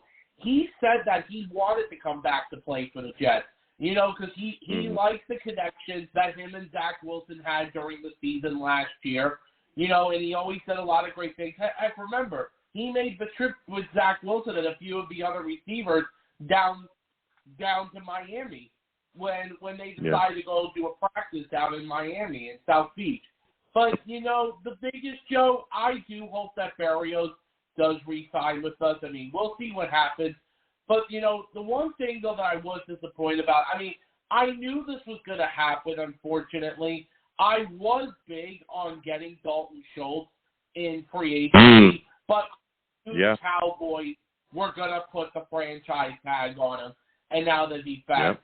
But the other thing that was so crazy today, is Aaron Rodgers getting that. Listen, Aaron Rodgers, yes, is a 4-time MVP. But then there was the whole thing about, if he wasn't going to come back or not. There was that whole drama thing that happened in Green Bay. But he finally got the money, and Devontae Adams got his franchise tag. So obviously that duo is back in Green Bay again for another season. Yeah. So they absolutely are. Listen. When Aaron Rodgers signed that deal, I said to myself, well, Devontae Adams is about to be off the market, and that's exactly what happened. And that worked out for the Green Bay Packers. They were able to keep him, kind of lower that number so that they don't get exposed. They were already $30 million over the cap, and Aaron Rodgers got his deal. He's going to be a Packer for, some years to come. So we'll see how that works out for them. Now, coming back to the Jets, when you look at this offensive line, it's going to be my final question for you. LDT, is he a guy that you want to bring back to shore up that right guard spot? Or do you want to go into free agency and possibly address it with somebody else? Are you a big James Daniels guy? Do you want to see Brandon Sheriff? What are you doing there at right guard? Well, first off, I'm not a big Brandon Sheriff fan.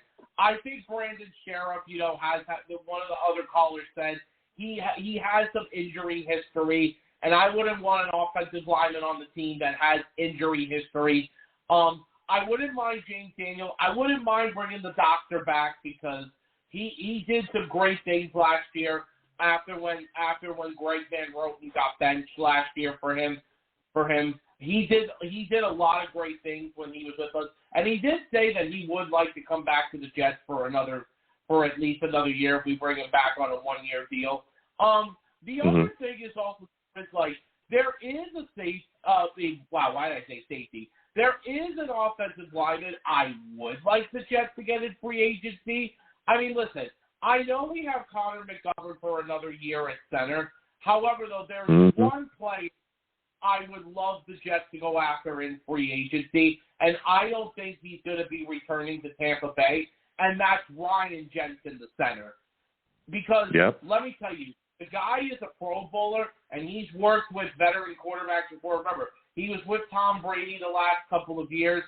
I wouldn't mind having him come in. Listen, the guy is a Super Bowl champion center. He knows the game really, really well, and I think he can have a good connection with Wilson, going down the road. He's a player on offense I wouldn't mind. Now, on the defensive side, if I wanted someone on the defense for free agency, I know the first player that I thought about was Jesse Bates from the Bengals, but obviously that can't happen now because the Bengals put the franchise tag on him, which is understandable.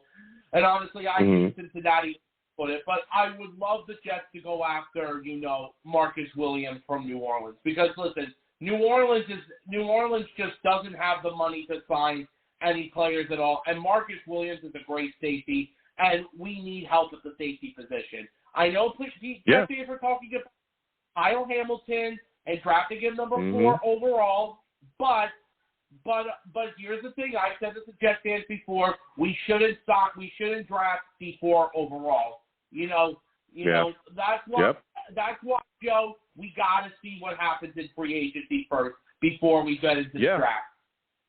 Yeah, we do, and we'll see what happens because again, it can change, quite a bit of our plan of how we're going to attack the draft. But listen, Steve, I got to get back to these lines. I want to thank you for calling in tonight, man. You brought some heat, man. You truly did. Hey, Joe. All right, you have yourself a good night, Steve. Thank you guys for having me on tonight. Absolutely, man. You have a good one. Listen, good one, man. Steve's got some heat, man. He's got some heat. He brought his takes. Salute to everybody. Everybody watching, salute to all the savages in the chat. We're going to keep getting with these lines. Again, please subscribe if you have not subscribed. Give the stream a thumbs up if you like to give to the stream. The Super Chat's there. Cash App is at the screen as well. Salutes to everybody in the chat. NY Jets FL, salutes to you. Salutes to all my guys, 343 Fox in, all the guys that have been in here, man. You know what I'm saying? Everybody. Jets Unleashed, everybody that stopped by, Rusty, all my guys, man. So we're going to keep getting to these lines. Again, 515-602-9639, 515-602-9639 is the number. Call in. We're taking all callers. Again, when you call in, please be patient. We'll get to everybody. So next, we're coming to a caller. It looks like a new caller. Might be calling for Skype. 111. We're coming directly to you. Salutes to you. I want to thank you for calling in. Give me your name, where you're from, and give me your thoughts about the New York Jets free agency. We got guys walking in. Marcus Maye. What are your thoughts about him? Would you like to see the Jets re-sign him and bring him back? Long Beach Joe Show. What it do? What's going on? Is this? Oh my goodness. Is this Prada? Is this who it is? This is Prada, man. You know I got to make my Long Beach Joe Show appearance. Once free agency draft, you know you got to bring on. You know you got to bring on the heat. What you say? Yeah. The fire. Listen. Salutes to you for everybody. This is my guy Prada. So listen, let's get into it, man, because you know football. You know we go back and forth often. So when you look at this New York Jets team, right, we got Marcus Maye going in free agency. Give me your thoughts on him, man. Do you think he's a guy that the New York Jets should keep? No. The Jets shouldn't keep Marcus Maye. I'm gonna tell you why. For your following and for the people watching the Long Beach Joe Show, you about to get some real good content because I am a very heavily 49er fan, and I deal with a lot of the stuff with the team. I'll be at the draft in April, and I'm gonna tell you, I know Robert Saleh, and Saleh's defense. He's gonna groom this defense the way he wants to. So for all the Jets fans out there thinking that May is coming back, no. All the Jets fans that's thinking that Marcus Williams, Drake, the same Marcus Williams that missed the tackle and let Stephon Diggs score a touchdown and win in the playoffs, he's not bringing in him. He's not fundamentally sound. You're not giving a non-fundamentally sound safety who runs the defense, because in Saleh's defense, the safeties run the defense, not the linebackers. So that's not happening. He's not going to bring in. He's going to either draft one, but not Hamilton. We went back and forth on this. We went back and forth on this on Twitter. I think, just my personal opinion, that Hamilton and Sauce are going to be busts. I don't think they project well. I don't think they project well to the NFL. They both lanky. Now, before we go down that road, we'll talk about that in a second. Before we go down that road, because one of the things that you brought up as well, being heavily, you're a big Niners fan. You were there when Saleh was there. You know how this defense is ran. Our defense is supposed to be identical as well as our offensive system as well.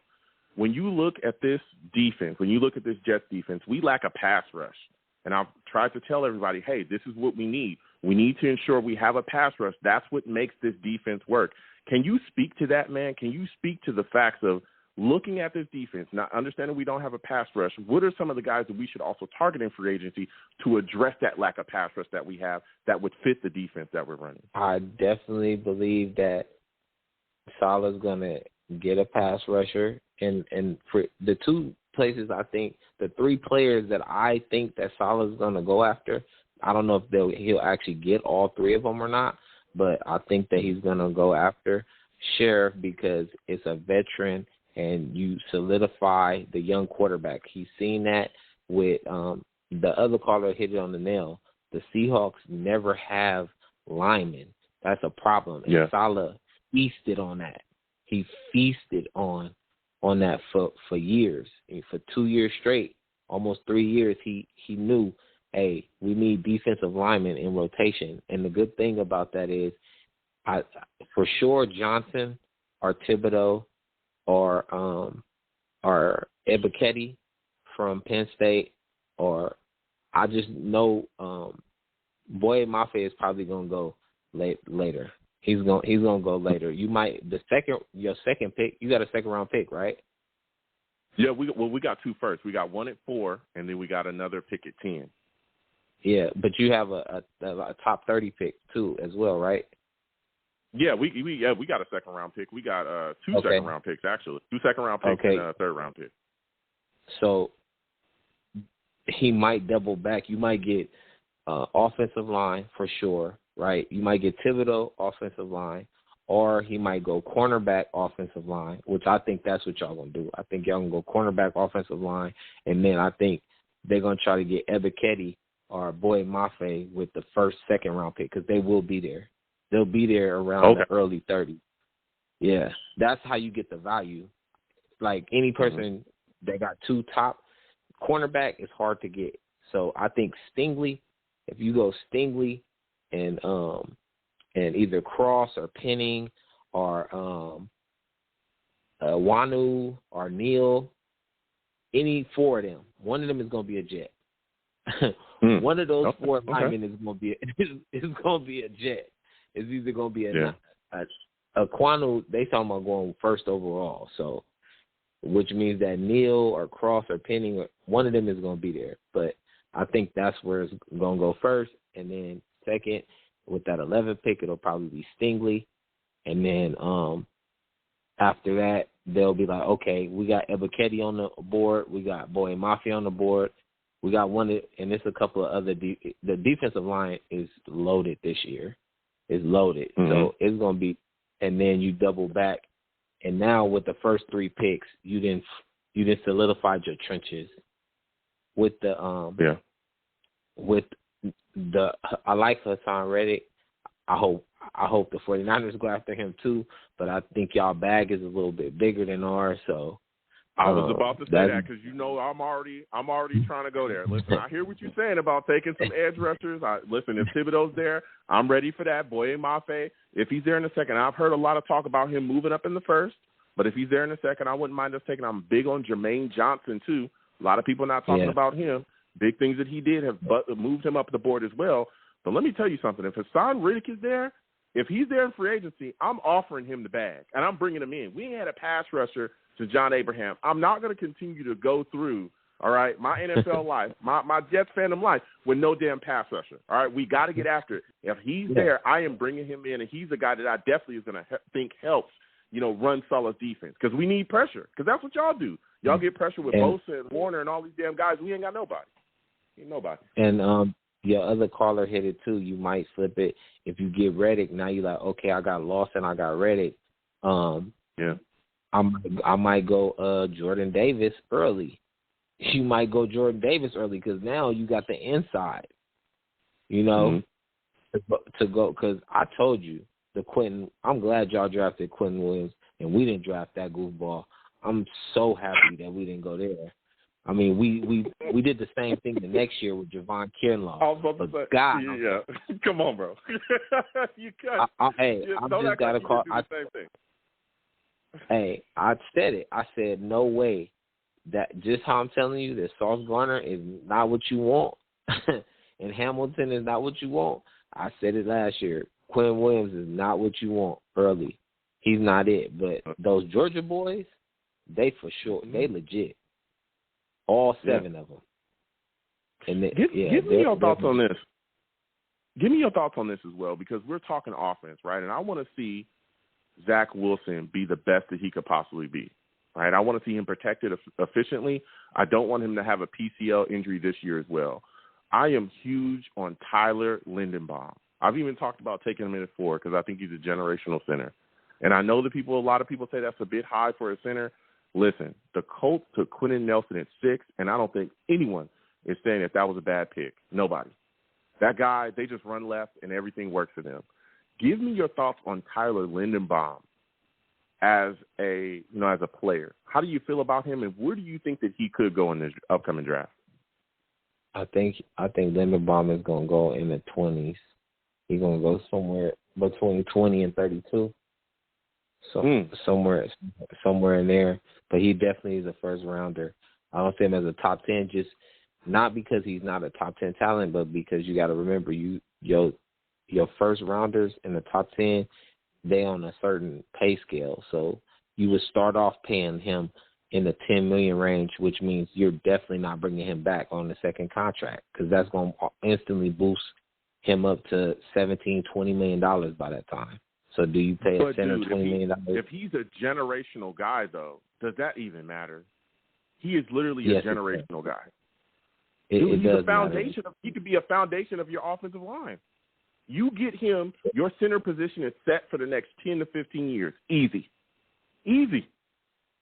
You're running behind him. He's opening up holes. You don't have to worry about your quarterback getting killed. And we all know if you ain't got protection in this league, we saw what happened to Patrick Mahomes in the Super Bowl. He looked like Sam Darnold, running for his life, not knowing where to throw the ball, who to get the ball to, or how to get the ball there. So if I'm looking at him, I understand what you're talking about, the pay scale and stuff like that, but the talent is off the charts. I just don't see how you pass him up. I mean, I understand a lot of people saying that he might slide a little bit, but I don't know if he goes past 10, to be honest with you. I could see a team moving up for a guy like that.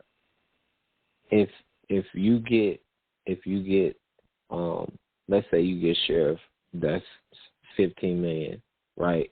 And then you get Cross or Penning or one of them to go with Mekhi Becton. You didn't spend that same $20 million for the next 5 years.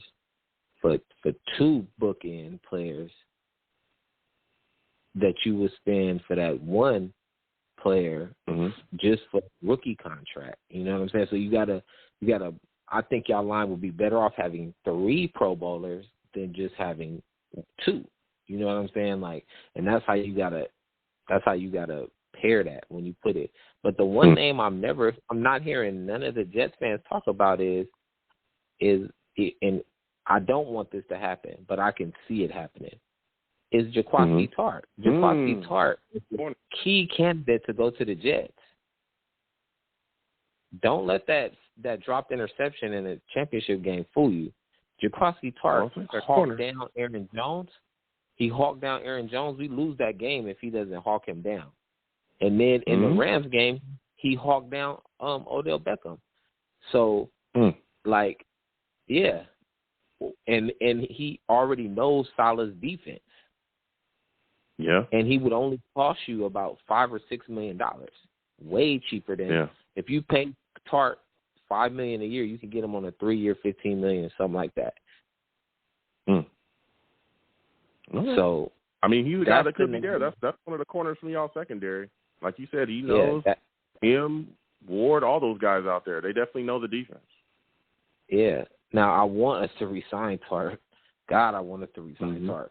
But Tart could, if he's looking for his long-term future, you know, we're not going to pay him $15 million. That's not going to happen, but because we don't have it to pay him. But for y'all, that would be a steal.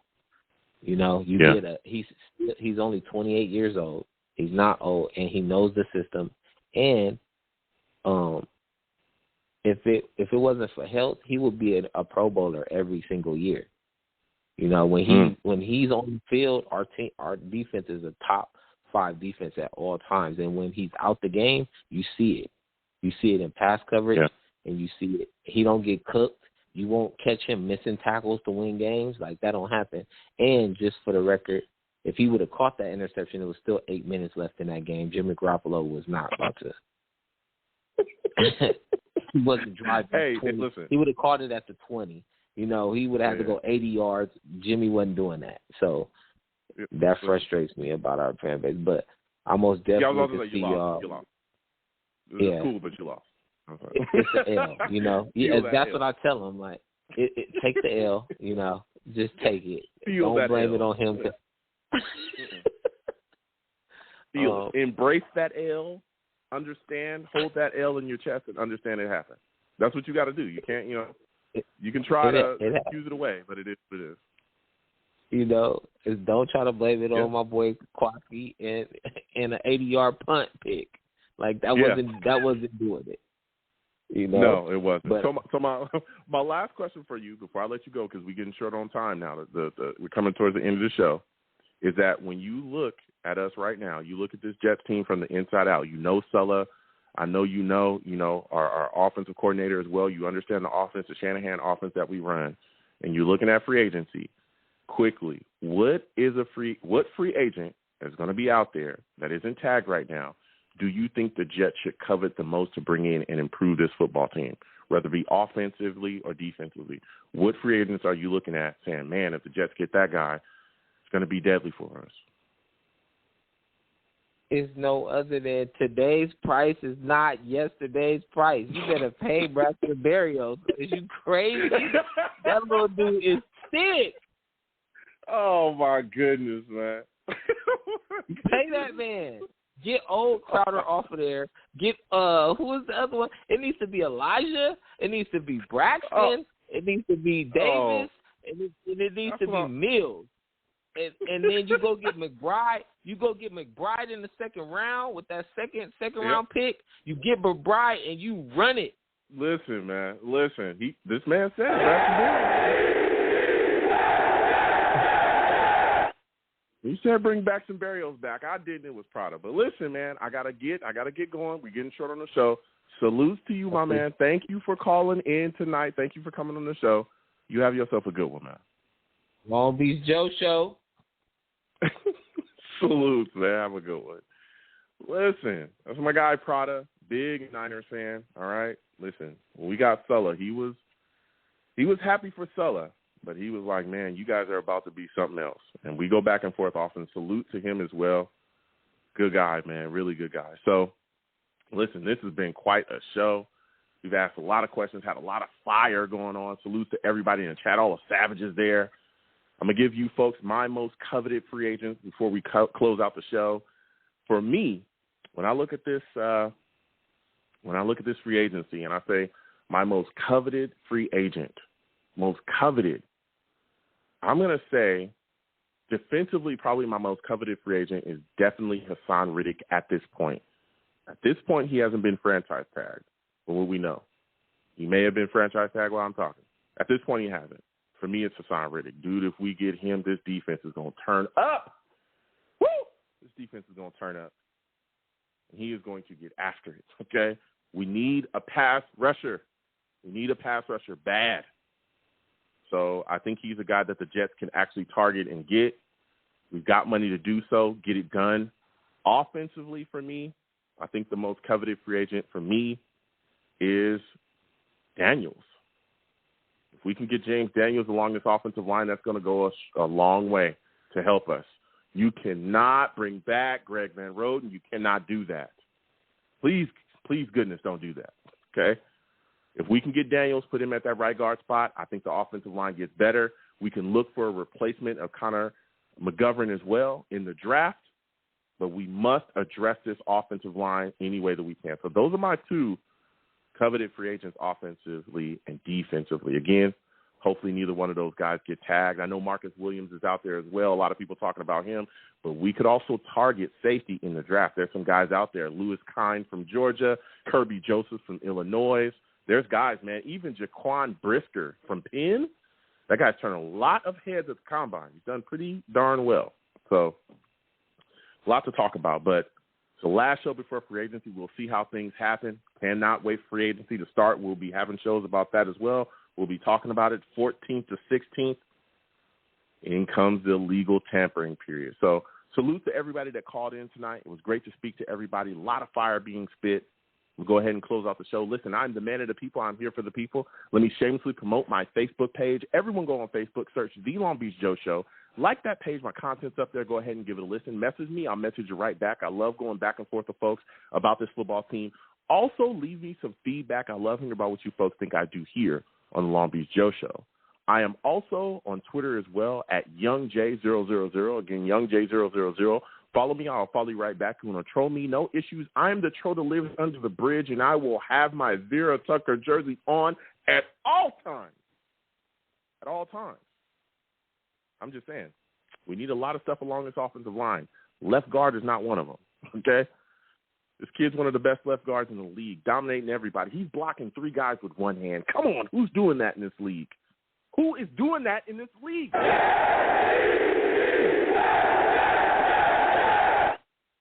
Nobody's doing that. Fight on. So I'll have my Vera Tucker jersey on all the time. You want to troll me, we go back and forth. All right? The show's Twitter is at The Long Beach Joe, at The Long Beach Joe. Again, please follow. We'll go back and forth on there as well. I'm also on YouTube as well, okay? Long Beach Joe Jets on YouTube. Long Beach Joe Jets. Go to YouTube, put that in there. Hit the subscribe button. Hit that notification bell as well. Give the stream, give the videos a thumbs up too. Leave a comment. We'll go back and forth. If you want to troll me, hit those comment sections, troll me. I'll go back and forth with you as well. I'll troll you right back. And as always, people, when you see me in person, it is arms out, chest open, free hugs for everyone, okay? The hugs will always remain free no matter what anyone tells you. I want to thank you folks for calling in. I want to thank you folks for listening. Without you folks, I am absolutely nothing. Thank you for taking the time out of your day to call in and listen to the show and support the show as well. All right, you folks have a good one. Peace.